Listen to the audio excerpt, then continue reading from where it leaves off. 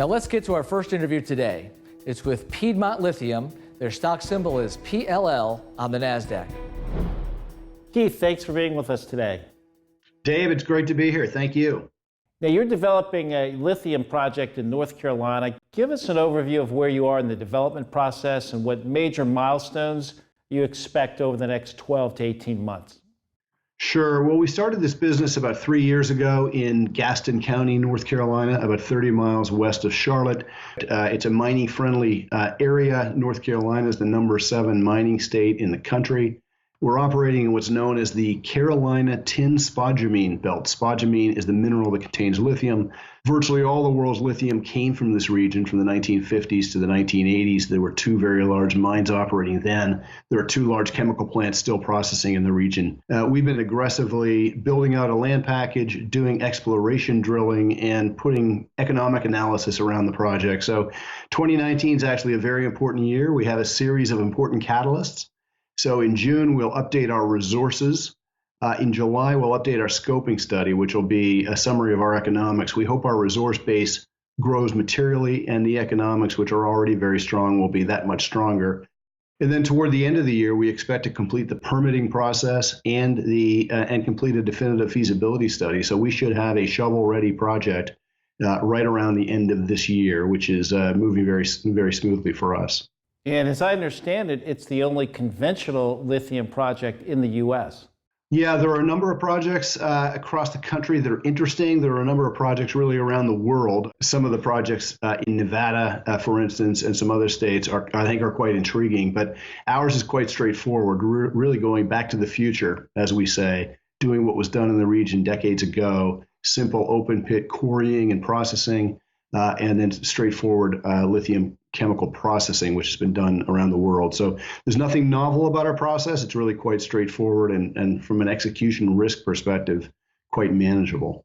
Keith, what's the essential value proposition? Why should investors take an interest in Piedmont Lithium today?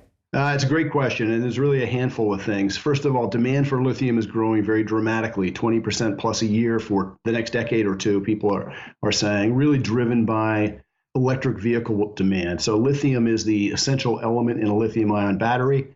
You have batteries in your cell phone and your laptop and your tablet, but really there are big batteries in Teslas and other electric vehicles. That's a booming business. We're currently at 2% electric vehicle penetration around the world. Many people think we'll get to 10% around 2025, so that's a quintupling in the next 6 or 7 years. And then that's just really the beginning. So lithium demand is exploding. We are in North Carolina with a large, very low-cost conventional project, which we think we can get on track in the reasonably near future. And we think the economics are fantastic. We are Nasdaq listed, so there are dozens of lithium companies around the world. There are only 2 juniors listed in the United States. We're one of them, so it's very accessible for American investors. And we think we're at a point where our valuation, well, it's disappointing to us. It's a great opportunity for investors. The economics of the project are not yet fully reflected in the stock. We think that will change as we hit our catalyst this year. It should be a very exciting, newsworthy year, and we think investors should benefit from that. Well, talk to us about your business model. I think you said you would go into production sometime in 2020. What does that model look like? We're contemplating a 2-phase development. So in phase 1, around the end of the year, we hope to begin construction of the mine and concentrate plant to produce a lithium concentrate, which was done historically in the region. That's a $130 million capital expenditure to drive very strong economics. Our model projects $80 million a year of EBITDA from that business. We'll then, with that cash and cash flow, finance the chemical plant, which will produce lithium hydroxide, which is the chemical that goes into batteries for people like Tesla and many others. So it's a very fast-growing market. We can be a very low-cost producer of hydroxide. That will come on stream a couple years later. And then we'll be an integrated specialty chemicals producer based in North Carolina with, based on our models, $235 million of steady-state EBITDA. The longer we can have that EBITDA run, the more value we have, obviously, in our stock. And we're very focused right now on expanding our land package, expanding our mineral resources to enable a longer project life. I'll also note, Keith, that there are 4 analysts covering your company, all with price targets significantly higher than when you are trading today. And you can see some of those price targets on the screen. How big is the market opportunity in dollars? It's a great question. It's really very dramatic. So I'll answer that a couple different ways. First of all, there's about 280,000 tons a year of lithium production currently in the world, about 60% or so of which is used for batteries. The battery side of that equation is growing dramatically. So we're expected to get to 1 million tons by 2025, roughly a quadrupling. And that's really, again, to get to 10% EV penetration. So the market will grow far bigger than that. Currently, only 1% of the lithium raw material in the world comes from the United States.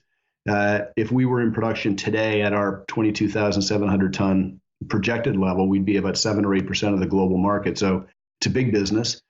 We'd be by far the biggest American producer. We do think eventually, as every car company moves aggressively into electrification, and they all are doing that, people like Volkswagen are going to build electric cars in Chattanooga. People like BMW will build electric cars in Spartanburg, obviously in South Carolina, obviously Tesla and Ford, GM, et cetera. So auto companies like to have local suppliers where they can. They're pretty soon going to have a large, low-cost regional supplier in North Carolina, which we think they'll find very attractive.